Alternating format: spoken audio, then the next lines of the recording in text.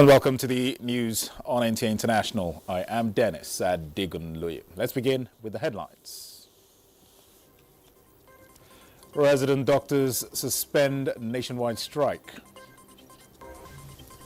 Nigerian Air Force crushes terror cells in Katsina and halts ISWAP offensive in Chibok. And Philippine protesters demand justice over alleged flood control fraud.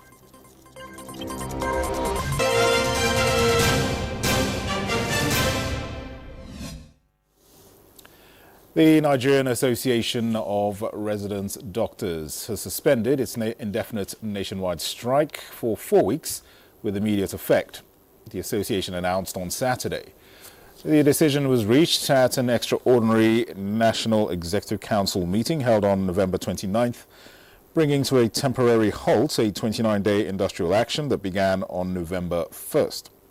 The strike affected more than 11,000 resident doctors across 91 accredited training institutions, leading to the cancellation of elective surgeries, reduced emergency care, and long delays for patients nationwide. NARD National President Dr. Tokpe Oshundara confirmed that the suspension followed intensive negotiations with the federal government and the signing of a fresh memorandum of understanding. From Africa to Asia, Europe to the Middle East, today the world is witnessing a mix of human ingenuity, natural disasters, and political upheaval. In Mauritania, migration patterns are shifting. In Singapore, young innovators are tackling global challenges. Floods in Indonesia and Sri Lanka are leaving communities in crisis, and leaders from Israel and to the Philippines are facing legal and political battles. Justin Bemunyu in the Global News Update reports that across the globe, resilience, protests and hope are all playing out in real time. Let's begin from Africa, where in northern Mauritania, classrooms that once bustled with children of migrants heading for Europe are noticeably emptier. Officials say the decline comes after new European Union policies aimed at curbing migration, which have already led to more than 18,000 deportations in the first half of 2025.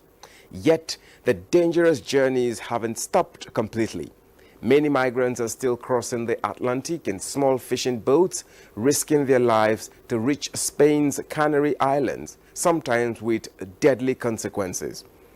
At the same time, African innovation is making headlines in Singapore, where the World Robot Olympiad International Final wrapped up. Nearly 1,600 students from over 90 countries competed in a 3-day showcase of technology and creativity. A Zimbabwean team drew attention for developing a system to combat illegal logging, addressing environmental concerns like deforestation and biodiversity loss. Other standout projects included Sprout, a rotating space greenhouse designed to simulate gravity for growing plants in orbit. The event, under the theme The Future of Robots, also launched initiatives to foster collaboration across space, robotics and AI sectors, showing how young minds are tackling global challenges. So we noticed a problem in Zimbabwe whereby the poaching and logging rates were increasing gradually. We saw that in the long run, this will lead to climate change, global warming, species extinction, and even disruption of our biodiversity. So we had to develop a solution because this will negatively impact us as human beings in the future. Meanwhile, natural disasters continue to take a devastating toll in Asia. In Indonesia, floods and landslides across Sumatra have killed at least 442 people, with hundreds still missing. Thousands remain stranded, while local shelters provide essential food and shelter for families who have lost everything. Across Sri Lanka, Cyclone Ditwa has left at least 212 dead and over 200 missing, with mudslides and rising rivers blocking roads and hampering rescue operations. International teams from India, Pakistan and Japan are assisting local authorities, helping evacuate families and deliver aid, while authorities warn that rising upstream water levels continue to pose a threat. Now, political unrest is also making headlines today. In Manila, thousands of protesters marched demanding accountability from officials and executives accused of siphoning billions of pesos from so-called ghost flood control projects. Tensions ran high as demonstrators clashed with police, while initial arrests of public works employees signaled that more high-profile figures may face charges soon. It's a systematic issue. So in order to change these things, it can't just be one person doing actions. It has to be all of us together. And even though each of our voices may seem small, if we're all together, then it will be something that can be loud, it can be something that's heard. In Israel, Prime Minister Benjamin Netanyahu formally submitted a request for a presidential pardon to halt his long-running corruption trial. Netanyahu argues that ongoing court proceedings are preventing him from effectively leading the country during a period of serious security and economic challenges. Amid these crises, signs of diplomacy and hope are emerging. Pope Leo XIV arrived in Beirut for a 3-day visit to promote peace and unity in Lebanon. He met with the president and he is to take part in interfaith events and also to celebrate an open-air mass expected to draw tens of thousands. And a couple of days earlier, the Hezbollah leader had said he will be delivering a letter to the Pope via its political council, highlighting the significance of the visit amid ongoing regional tensions. From Mauritania to Singapore, from flood-hit communities in Indonesia and Sri Lanka to political and religious developments in the Philippines, Israel and Lebanon. Today's events highlight the challenges and resilience of people across the globe. Innovation, protests and humanitarian efforts are all unfolding in real time, showing the determination of communities to face crisis, seek justice and find hope. This is where the package ends. My name is Justin Bemunyi. Many thanks, Justin. Now, the Nigerian Air Force has intensified its precision counter-terrorism operations across the northwest and northeast, delivering devastating intelligence-driven air interdictions that dismantled terror cells and eliminated scores of fleeing insurgents. Defense correspondent Olajide Bello reports that in Katsina State, Nigeria Air Force aircraft executed 2 coordinated strikes under Operation Fansanyama Sector 2. A statement by the Director of Public Relations and Information, Air Commodore Ehime Ejodame, indicates that the first strike targeted the fortified base of a notorious terrorist kingpin linked to serial kidnappings, violent attacks, and livestock rustling across Kankara, Faskari, and Malumfashi local government areas. Guided by real-time intelligence, surveillance, and reconnaissance, the aircraft destroyed the camp with precision munitions, while persistent intelligence, surveillance, and reconnaissance enabled follow-on engagements as surviving fighters attempted to flee. A second strike hit another major terrorist enclave in Damfako, Faskari local government area, destroying logistics hub, structures, equipment, and operational infrastructure. In Borno State, NAF Air Power again proved decisive as ground troops of the 28th Task Force Brigade Sector 4, Operation Hadinkai, repelled a coordinated multi-front ISWAP and Boko Haram attack on Chibok. NAF aircraft conducted 4 major strikes guided by real-time intelligence from ground forces against regrouping insurgents along their escape routes, inflicting significant damage.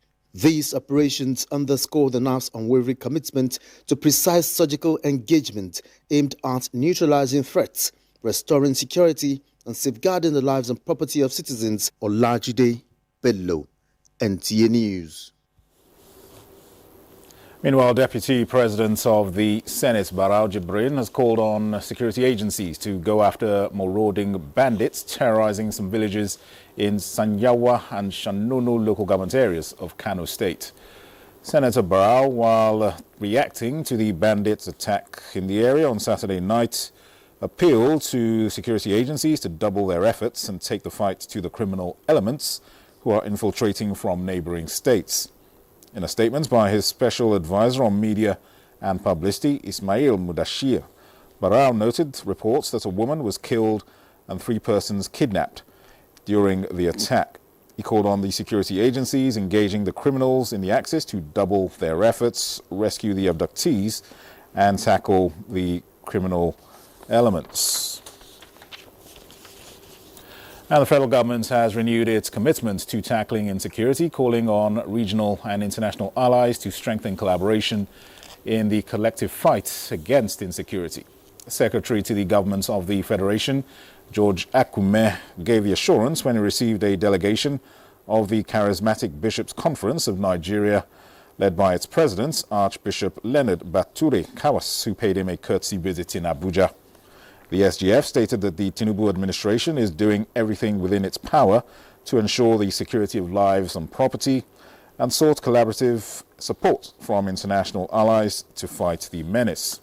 He acknowledged the vote of confidence passed on the administration of President Bola Tinubu, which is a testament to the efforts made by this administration towards tackling insecurity and other challenges facing the country.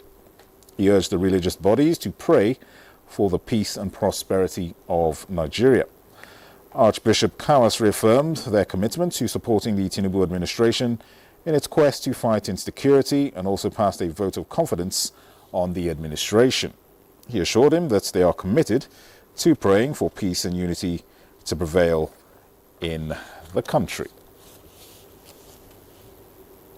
Elsewhere, operatives of the National Drug Law Enforcement Agency, NDLEA, have dismantled a Lagos-based social media network that was distributing illicit substances hidden in imported Christmas cookie and snack packets.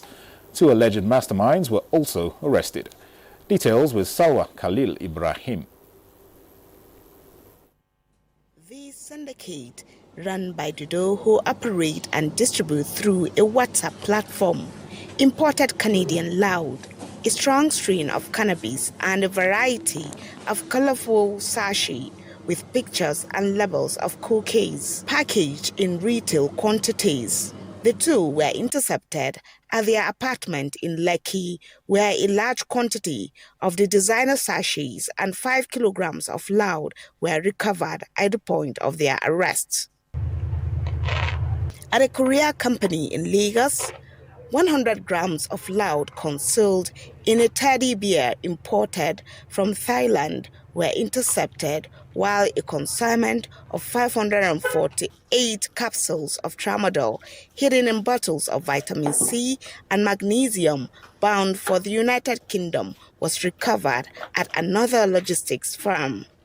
Meanwhile, no fewer than 7 suspects were arrested when NDLEA operatives raided the Ipe forest in the Akoko southeast area of Ondo State, where they recovered 3.77 kilograms of skunk, a strain of cannabis, and a couple were nabbed along the Abuja-Kaduna highway with 725 rounds of 7.62 millimeters live ammunition concealed in a sack of maize, and were subsequently handed over to security operatives.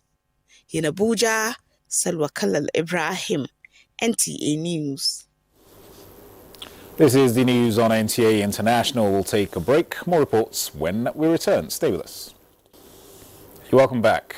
The Minister of Water Resources and Sanitation, Professor Joseph Utsev, has assured the citizenry that Nigeria will be open defecation-free in 2030, and scarcity of potable water will be history very soon.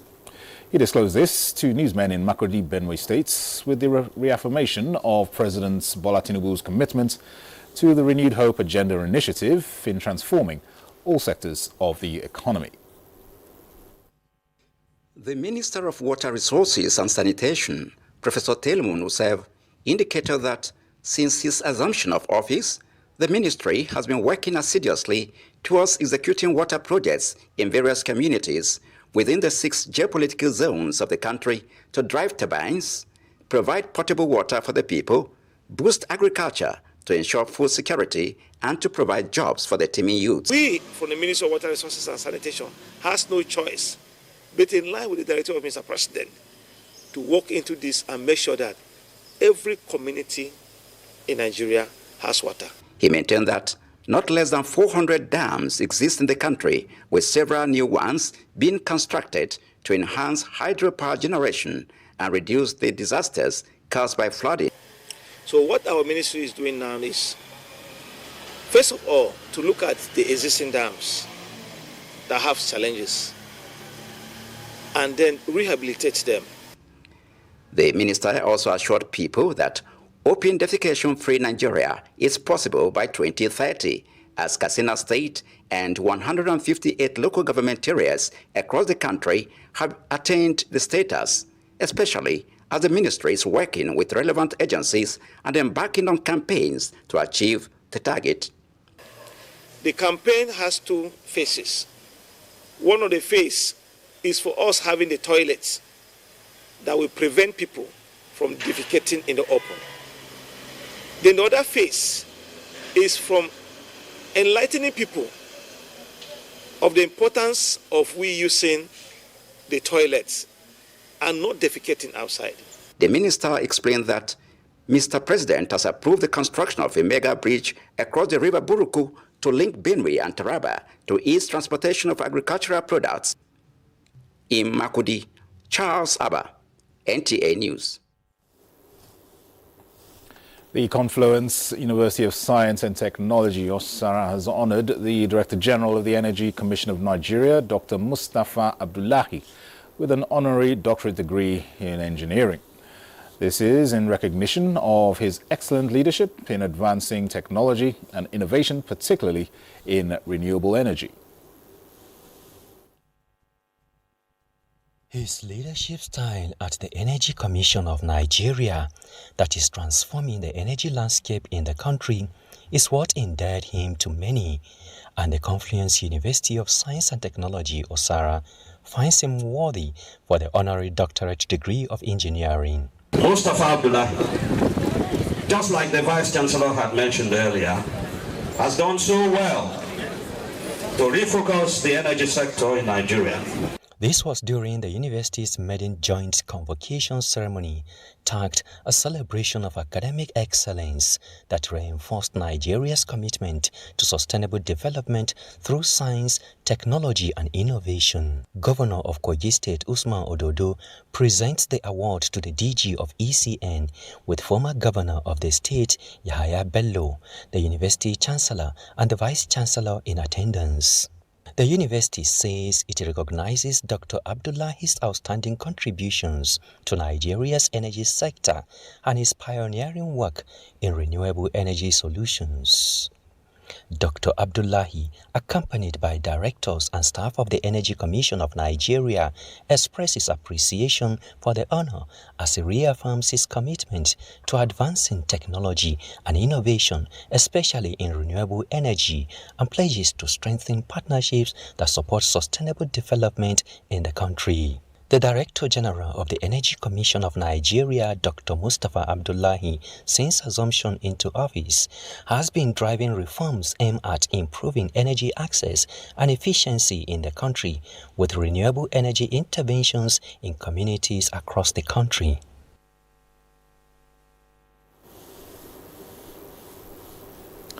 Meanwhile, the revered University of Maiduguri has achieved its core mandate of providing the student population with the opportunity to obtain bachelor's degrees in any field, in addition to addressing the backwardness of being experienced in obtaining Western education, especially within the Northeast region.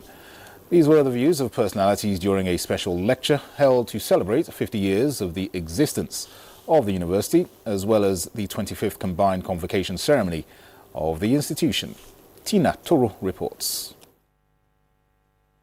The 25th Combined Convocation Ceremony and 50th Anniversary Celebration Lecture, titled The Role of Education as the Anchor for Resilience and Competitiveness Towards Sustainable Development in Disrupted Economy, was delivered by former Executive Secretary TED Fund, Professor Suleiman Elias Buguru. He noted that trends and evidence of the role of education and application of knowledge in contemporary world is undisputed. It is knowledge acquired through education over centuries of civilization and now largely reflective on the level of industrialization that define global trends, including progress, backwardness, and utter chaos. Professor Bogoro further stated that the first step in building a national, knowledgeable economy is to understand the country's strengths and weaknesses, as well as strengths and weaknesses of actual and potential competitors, then articulate the goals and develop policies and investments to achieve them. Other personalities acknowledged the tremendous achievements of the University of Maiduguri since inception, especially in the area of producing competent graduates that have excelled in various fields of human endeavor, in addition to training the younger generation to become productive members of the society. In Maiduguri, Tina Toro, NTA News. And elsewhere, first and postgraduate degree holders are being charged to place premium on creativity and adding value to the society rather than white-collar jobs. This was the consensus of stakeholders in the education sector, as over 2,000 undergraduate students and over 1,000 postgraduate students bagged the award of bachelor's and other degrees of the Ajayi Crowther University, Oyo. Parents is to see their children succeed in life, and the key to achieving this feat is through quality education. This was the story of some parents as their children took the daring stride of graduating with honors at the Ajayi Crowther University, Oyo, where godly intellectuals are raised. Wonderful feeling, my brother. Joy, happiness, fulfillment, and the completion of a journey. It was a rough journey from the beginning, but God saw us through. So I'm very, very glad about what has happened today. A dream come true. It's a dream I have longed for a long time. The Pro-Chancellor and Chairman Governing Council of the institution, Dr. Olutoyo Okeowo, in his address, charged the graduates to uphold the legacies of the institution by carving a niche for themselves in their various disciplines. To raise godly intellectuals, and that is exactly what we are trying to do here. And that's what makes us different from a number of other universities. But I believe strongly that we are working together, we are cooperating together to raise the standard of education in Nigeria. It can only be God that has inspired those who are in leadership to have been able to achieve what they have achieved in just within a few years. Professor Boluwa Olufemi Oduwole, first female and fifth substantive Vice Chancellor of Ajayi Crowther University, Oyo, in a convocation address, pointed out the institution's achievement in the last 56 days of her assumption into office as Vice Chancellor of the institution, while sharing her vision for the institution. I want to thank parents and stakeholders at this time for supporting the university management in ensuring that we discipline the children, the students, as and when due. The 17th convocation series of Ajayi Crowther University, which produced 76 graduates with first class, 1,408 with second class upper, 810 with lower division, and 42 with third class, has as its motto, knowledge with probity. Adobe Obiechina, NTA News. In other news, the federal government is set to resuscitate the Gongoshi Grazing Reserve in Adamawa State to its full potential as efforts are on for restocking of feeds and grazing. Minister of Livestock Development, Idi Mukhtar Meha, stated this during an inspection of ongoing upgrading of facilities at the reserve. Yusuf Jika reports. Gongoshi Grazing Reserve is one of the 69 grazing reserves in Adamawa State, with a total land area of 9,500 hectares. Digitaria, Brachiaria, and Super Napier grasses have been cultivated in hundreds of hectares of land within the reserve, a testimony that solidified the renewed hope commitment in the transformation of the livestock industry. This is Napier grass cultivated in the center of Gongoshi Grazing Reserve here in Adamawa State. In no distance time, these grasses will be chopped and be presented to pastoralists to give their cattle as part of efforts to integrate them formally into the renewed hope agenda of transforming the livestock industry. Minister of Livestock Development, Idi Mukhtar Meha, said government will construct art dams, veterinary hospital, clinic and school to aid living of the pastoralists and have access to dry season pasture cultivation. We are going to rehabilitate these grazing reserves to make them conducive to receive the pastoralists today that are moving from point A to point B. We can cultivate grass here. We can teach them to do it. This is the way to go. We are not banning open grazing. We are transiting in a methodical, gradual manner to rehabilitate grazing reserves between the federal government and the state government to make them conducive for the pastoralists to come here and remain. Once we dam that stream, it means we can irrigate. And irrigation means you can have green forage all year round. The minister also toured private ranch in Yola as part of efforts to encourage and foster public-private collaboration in the development of the industry. In Yola, Yusuf Jika, NTA News. Up next is the weather update.